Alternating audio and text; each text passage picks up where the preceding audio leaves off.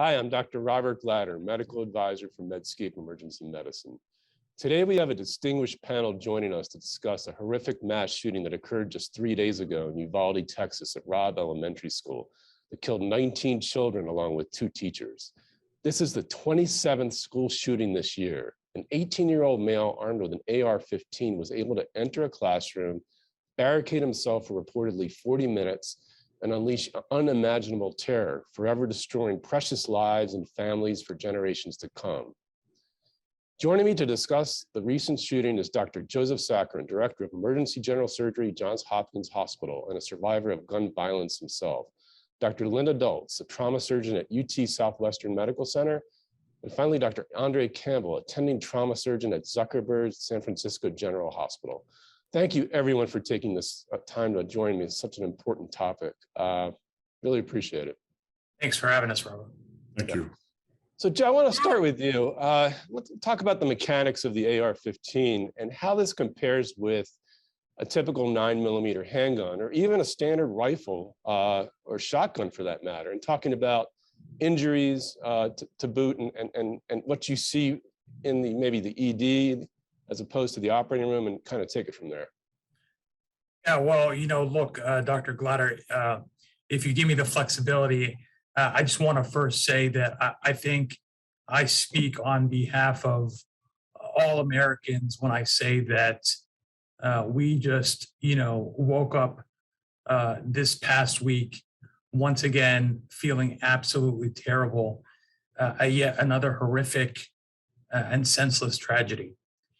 And, we continue to wake up time and time again and hear about the slaughter of children in elementary schools, the slaughter of community members in grocery stores, at the synagogue, at concerts. And I just refuse to believe that this is the best that we can do. I'm absolutely saddened, heartbroken, but I'm also angry.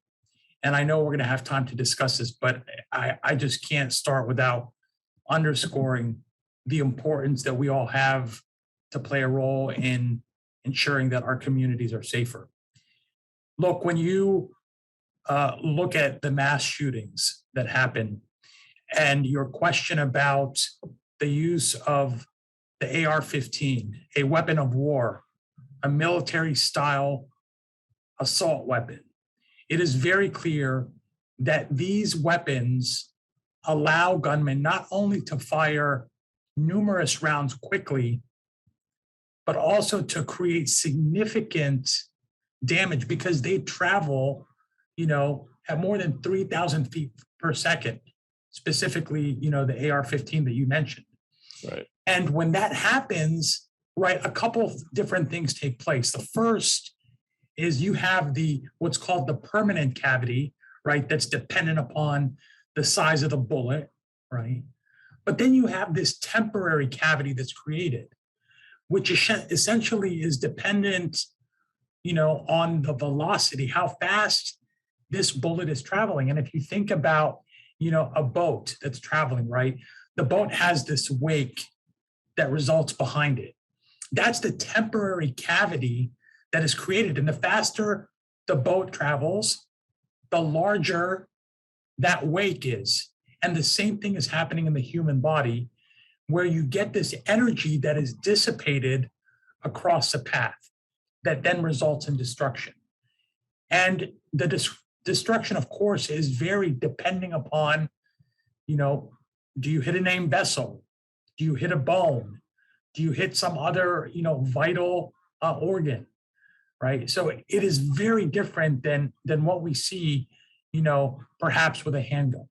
So you're talking about survivability, essentially, right? I mean, the ability to survive a wound from an AR-15 versus a 9mm handgun, for example.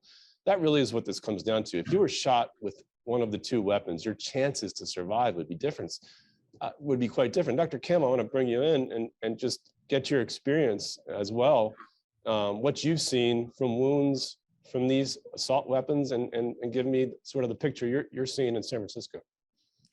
Once again, thank you for having me. And I just want to echo some of what my good friend and colleague, Dr. Sackler, just said. And thank you, Dr. Glatter, for having me on this morning.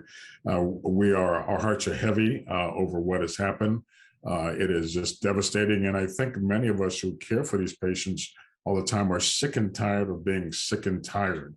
We have been through this, and it seems like it's just a bad dream that really repeats itself, and the casualties are just catastrophic. You'd think that after 10 years, after we had the tragedy in Sandy Hook with 20 children and 5 teachers, now 19 children and 2 teachers, but there's other casualties too. I mean, I just want to just highlight that. Yesterday, the husband of one of the victims died because he was overwhelmed. So it's not only, we're going to talk about the physics and the energy and dissipation of bullets, but these are people. Their families are ruined, they're destroyed, and they'll never be the same. And I think that's, we just sort of sit there and just ruminate in that first and what is going on. And we need to have a national reckoning, and we'll get into that later on. So a little bit about bullets and what they do. I mean, the bigger bullets travel faster in AR-15s.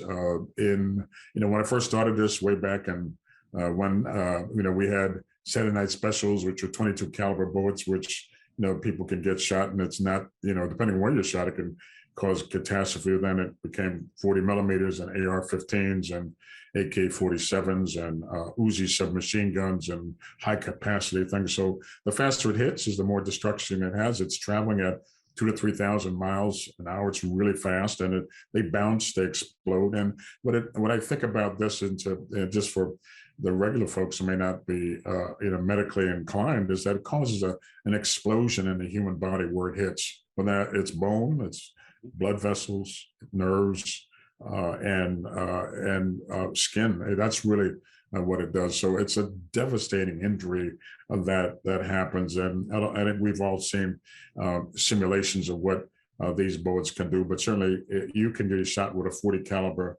pistol and have devastating injuries. So it's all about where you're shot, what happens after you get shot, whether that's a glancing blow or it's a full-on devastating explosion that happens in the human body. The thorax, bigger targets, obviously the head, and the extremities. The extremities are, you may have a shot at trying to save the patient, which is why, we've sort of promoted a lot of things that we'll talk about later on. But it's just devastating, unbelievable destruction, and it's really minutes before the patients bleed out. So you have to go fast. That's why at trauma centers, which is where we work at level 1 trauma centers, we get the patients early. We try to get them in the operating room, and our job is really to stop bleeding. And we've gotten pretty good about that. We can save a lot of people, but we can't save everybody. But we're out here every day trying to save people and get them back to their families, because that's what we do as trauma surgeons. We come in, we save people's lives, and we work with concert with pre-hospital, our emergency physicians, and the trauma center to make things happen. So I'll just start with that.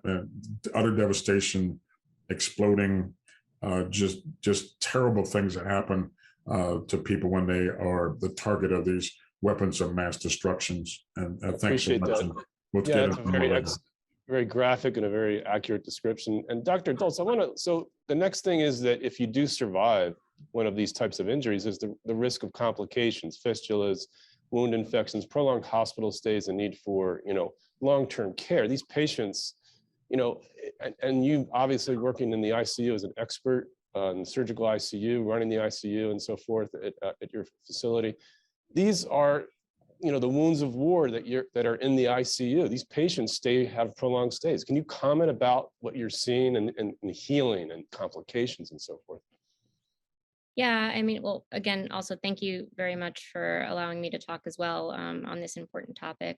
Greatly appreciate that. But I think for us working in the trauma bay and also in the ICU, we see these devastating injuries. Obviously, the more bullets, the type of bullet, the level of destruction, the more devastating of an injury that patient will have, that will lead to their prolonged complication, ICU courses.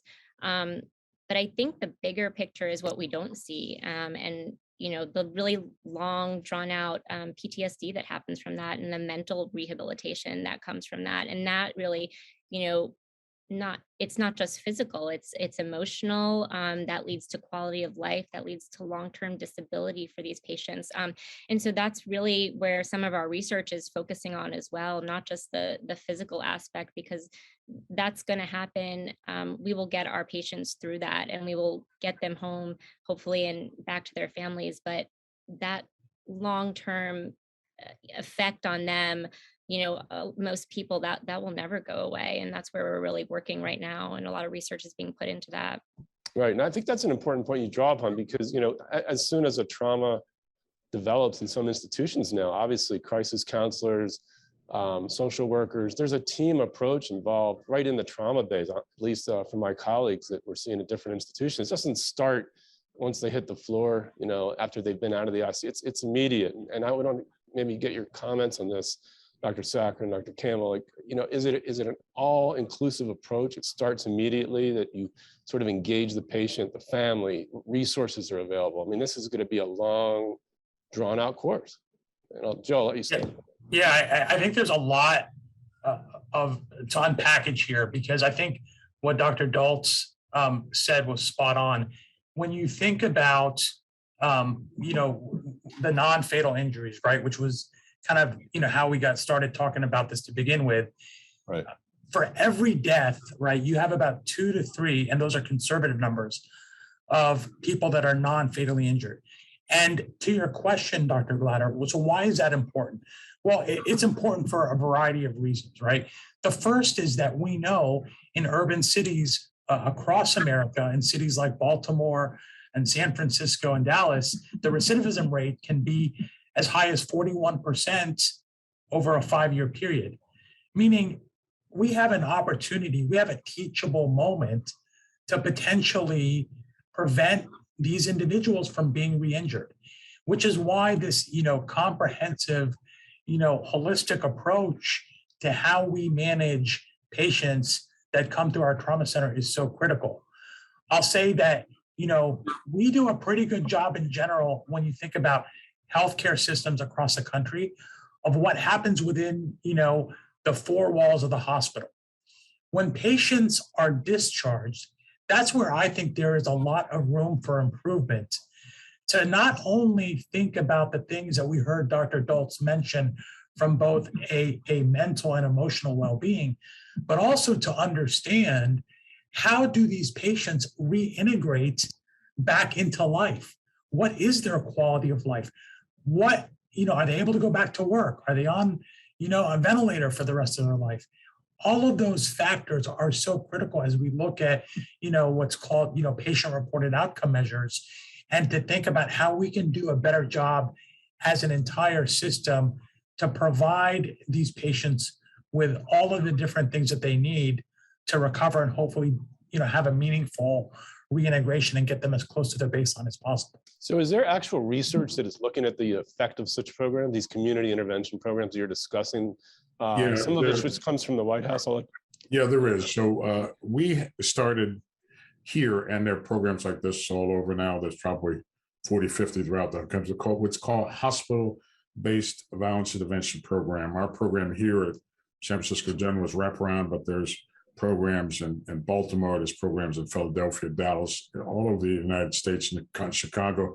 And what it does is that after the patient comes in, we do all our medical stuff, and we've gotten really good at saving people's lives over the years. We have techniques, the use of blood products, things we do in the operating room. And we've learned from the global war on terror, the Afghanistan and Iraq conflict taught us a lot of ways to save people's lives. But then what happens is afterwards, what goes on, integrating people, what Dr. Saccharin was just talking about, and Dr. Doltz, is you want to make sure that people can go back to the world that they're in. Now, sometimes, to tell you the honest truth, you can't send them back because they can be a victim of crime. But we have evidence now, both in terms of recidivism rate. We have data at our place where recidivism went from the 20s to the single digits because the implementation of this program. We have data that it reduced recidivism. Number one, it saved money, it saved patients' lives, it saved injuries, it saved re-injuries in folks, so that this constant sort of re-entry pattern that we were seeing, we were able to interrupt it by the hospital-based violence and severity program. And it is very complex, involves counselors, involves getting people to the healthcare they need, getting their mental health to deal with their PTSD, the physical issues that they're dealing with, also maybe the legal issues that they may be involved with too. So these programs, and this is why ours was called the wraparound program here, because it doesn't just involve the medical stuff, it involves all the other things to make sure, because you don't want to have to see them again. I mean, I've been in my place for a long time. So when I walk in, the patients know who I am. One thing is that they know my voice, they know who I am, and I've been taking care of families for a long time. So they'll tell me that, well, Dr. Campbell's here because he saved my cousin, he saved my brother, he saved my son. But sometimes you can't do that, and that's one of the hardest things that we have to deal with. So we're very good at doing pre-hospital stuff, getting people on the gurney into the hospital, into the trauma bay, into the operating room, the ICU, into the interventional radiology, CT scan, wherever we have to do. But then we have to continue this afterwards. So there's issues that are physical, that are mental. But I'll just say, and we should maybe talk about this. I mean, all of us as trauma surgeons and emergency physicians, we have our own PTSD that we have to deal with. I was just going to bring that up, and I think that's it's a real thing right among healthcare providers right now that we can't ignore after COVID, and now obviously that healthcare providers are really having or showing the effects of everything at this point that we're seeing, from trauma incidents just to showing up to work. And so taking care of ourselves is critical, and I think programs that are designed to do that are critical. And I wanted to ask you about each of your institutions. Dr. Dultz, I'll point to you first.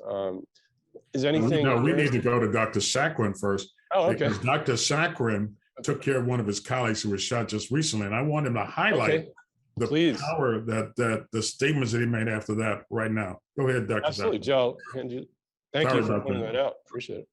Look, I think as we're hearing both from Dr. Campbell and Dr. Dultz, like, it's hard to do what we do, right? And so then, take that difficult, job that we do on an everyday basis, and imagine then that it's your colleague, someone that you work with, someone who also happens to be a trauma surgeon and taking care of injured patients. And that's what happened a couple months ago when I came on call one morning, where I got the message that one of my partners was being brought in after they were shot.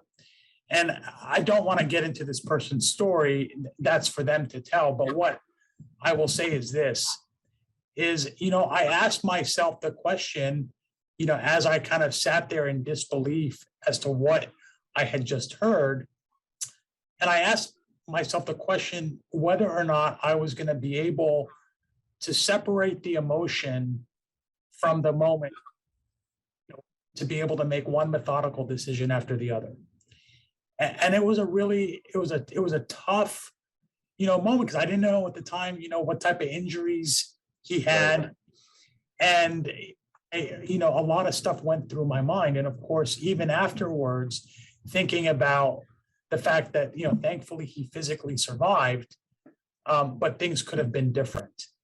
And now, of course, we're all dealing with the mental and emotional trauma and what has been, coined as the second victim, effect that I know Dr. Dultz probably remembers from her time at Hopkins, where the people that are impacted are not just, the patients that we're taking care of, but they're also us as a multidisciplinary team of healthcare professionals.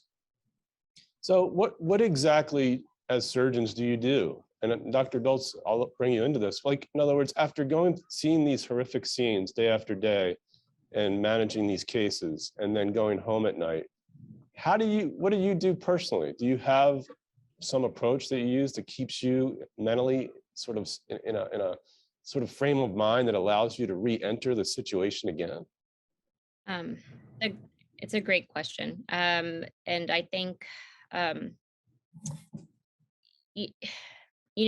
Dr. Sakharin was saying, in the media, we hear about these mass shootings or these crimes, and we see the pictures, and it's for a few days and then it goes away in the news, and it does go to the back of people's minds, and they continue on with their day. And I think for us as trauma surgeons, that is challenging because we see it every day. It doesn't have to be a mass shooting. It could just be one. It could just be that one patient that comes in that you can't save, and you have to be that person to tell their family that they're not coming home. And so it's hard. It gets emotional. But I think us as trauma surgeons, I think we're a very tight knit community. At least that's how I feel. I feel very supported by my colleagues, my coworkers. We have our own support staff at Parkland that is also helpful for us as physicians as well, that we can turn to. I think us as trauma surgeons, it's important to check in with our teams at all point. We're team leaders. And so it's always important that we debrief after challenging events like this and talk to our team and make sure our team is okay. And just going from there. And, I talk to my colleagues all the time about these things and just Right. reflect and go home to my family and hug my kids. Yeah. If I can just add to that, Dr. Glatter, just really Please. quickly, that, at Hopkins, we have something called the RISE program, and that's the Resilience in Stressful Events. And this is essentially, caring for the caregiver program, right? It's a hospital program that's set up to provide and deliver psychological first aid and emotional support to healthcare professionals.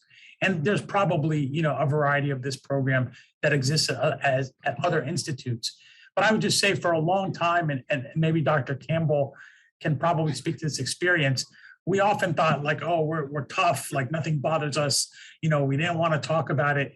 And then the reality is that like it does impact us in a very tremendous way. I mean, listening to Dr. Daltz talk about how we have to tell moms and dads that their child that left that morning is never coming home again. I mean, that never gets easier.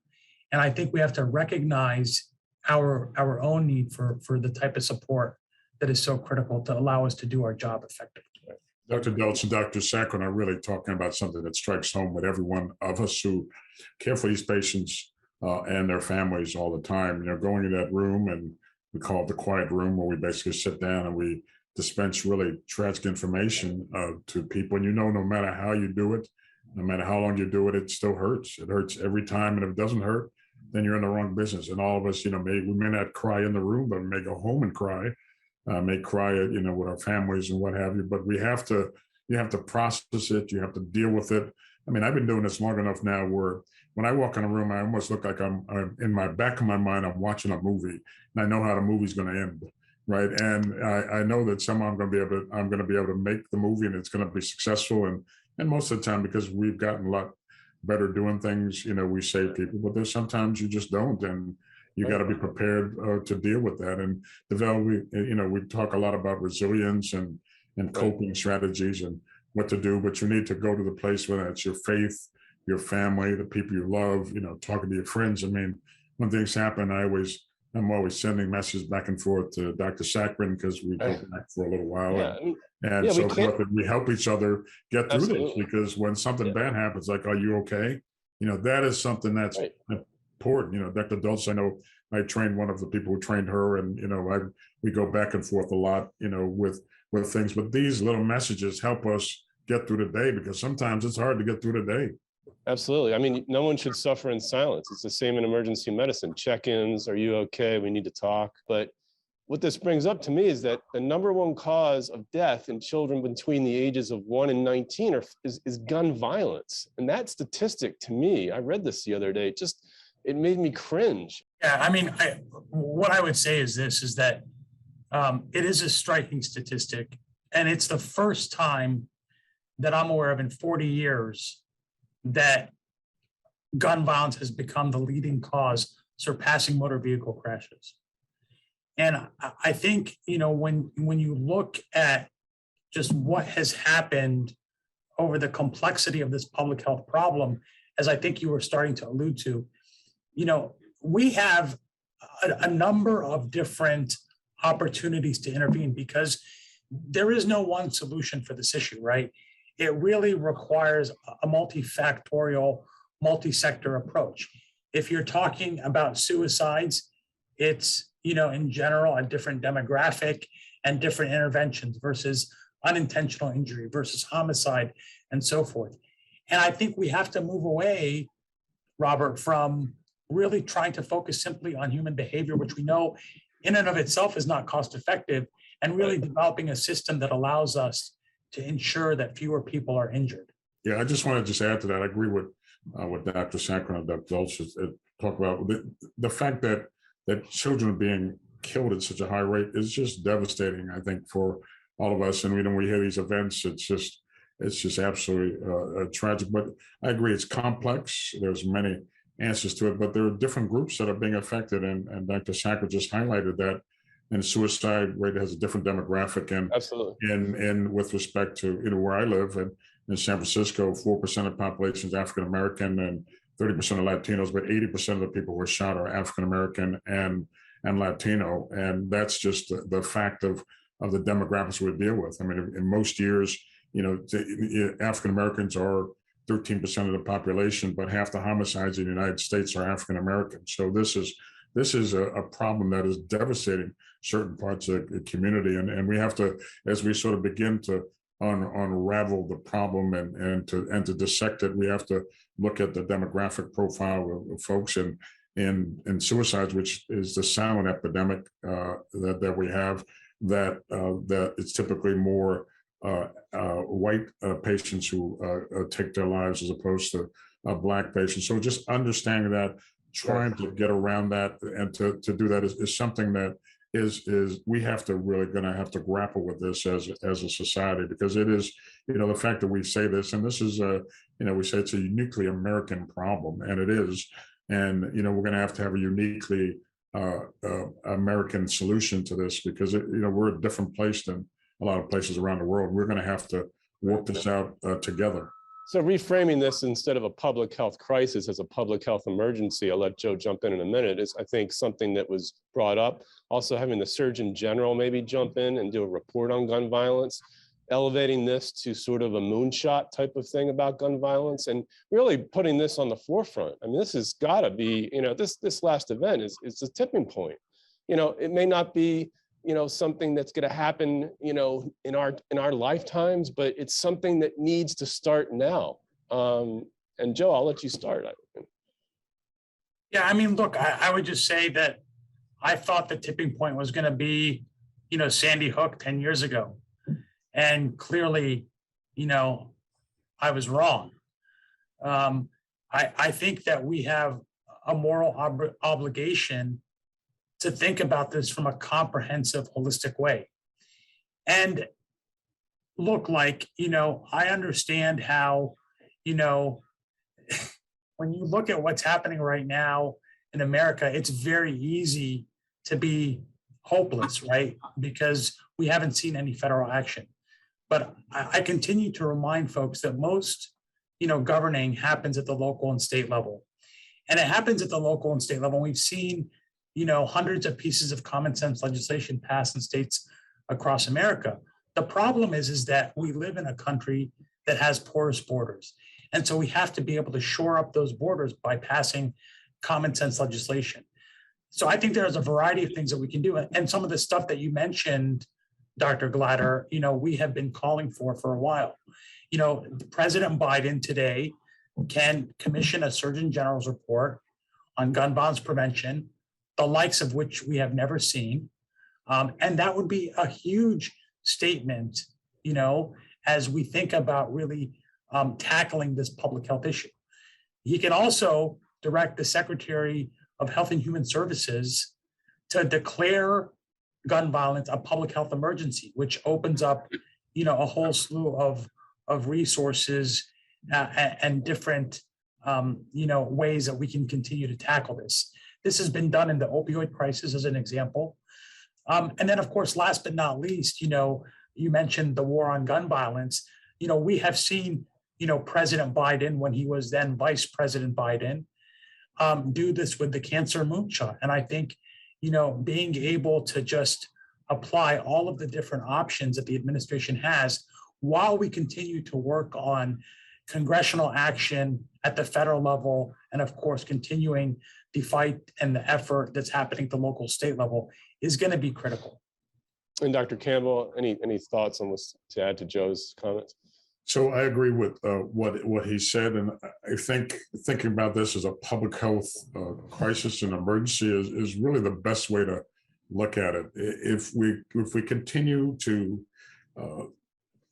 do things around the edges, that's not really the way we're going to get things done. We need to have more a centralized effort, and I agree that on the state level, there's been some big things that have gone on, and that's really where the action has been. But if we can't agree on simple things, right, we're not going to make any progress. But I think of a Surgeon General's commission report would be a way of starting to do that, opening up other funds for this type of work to make sure that we can then stop this, because the last thing you want to do is wake up. So we're still reeling from what happened in Buffalo, and then there was an incident in Southern California, and then on the heels of that, this incident now in Uvalde, Texas, right? And this is something where, as a country, we're going to have to wake up and say this. We need to then change the way we've been doing business, and we need to make some big steps forward, because we've just been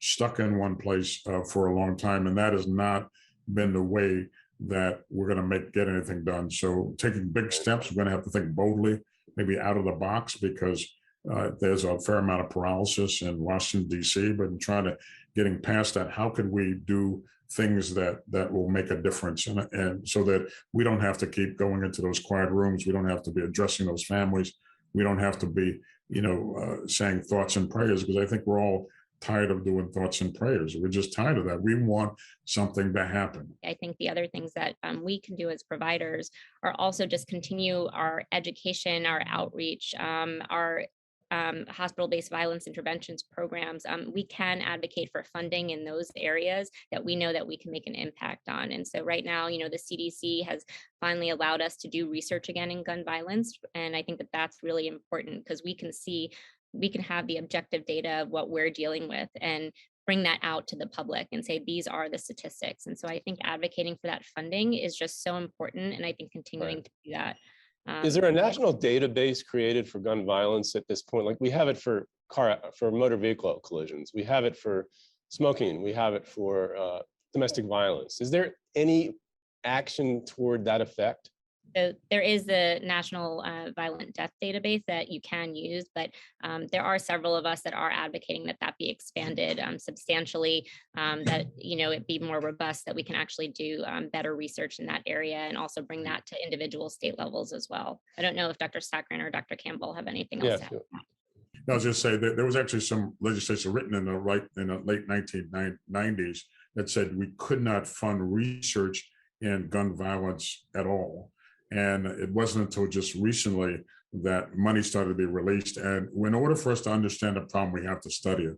So the fact that we're getting now money from NIH, from the CDC, that money is being dedicated, and there are institutes that have been funded that now could study this problem and give us concrete solutions that'll work, is something that cannot be overstated. And we have to make sure that anytime these things come out, that we embrace it and we study it and we publish the data that we find related to this, because that's the only way we're going to change this. And I will say that, in the last cycle, Congress finally appropriated $25 million, 12.5 of which went to the CDC and 12.5 of which went to the NIH. And while that was historic, I think we should also recognize that when you look at the burden of disease as it relates to gun violence, and you compare it to, other disease processes like sepsis, it really is a drop in the bucket. And so we need to continue to push for, extensive gun violence prevention resources to be able to look at these evidence-based practices in a way that is thoughtful and comprehensive.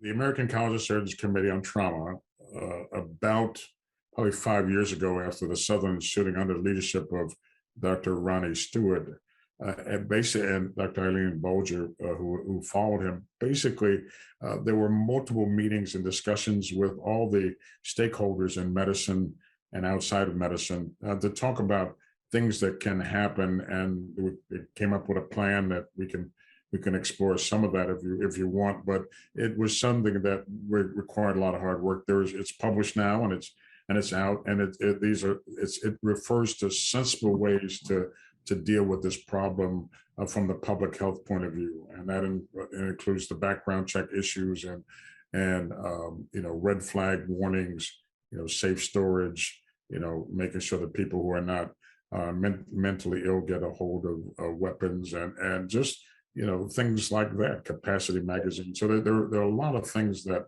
are built in there that we don't have time to go into, but this is a sensible way to deal with this that is not controversial. The other thing that the American College of Surgeons Committee on Trauma has really pushed in the last several years is the Stop the Bleed program, and so that's been a huge thing for us as trauma surgeons in terms of education and getting the word out. It's not obviously primary prevention, but it's how do we engage citizens and civilians in the area to say, if these events occur, what can you do to quickly stop the bleed, to get a tourniquet on, to control hemorrhage, so that to get that patient to the nearest trauma center so that we can take care of them. And then here in Texas, we actually have pushed that legislation through, which is fantastic. And so we're pushing Stop the Bleed kits in every school. I just want to bring up, there was a young girl who covered herself in blood and tried to protect herself from getting shot. And I'm not sure if you've heard about this, but she knew enough that maybe this would prevent the shooter from actually trying to hurt her. You have a child that covers herself up with blood in order to potentially, make a perpetrator think that she's already dead. Like, is this really the best that we can do? Like, I'm sorry, I just can't accept it. I don't think anyone else should either.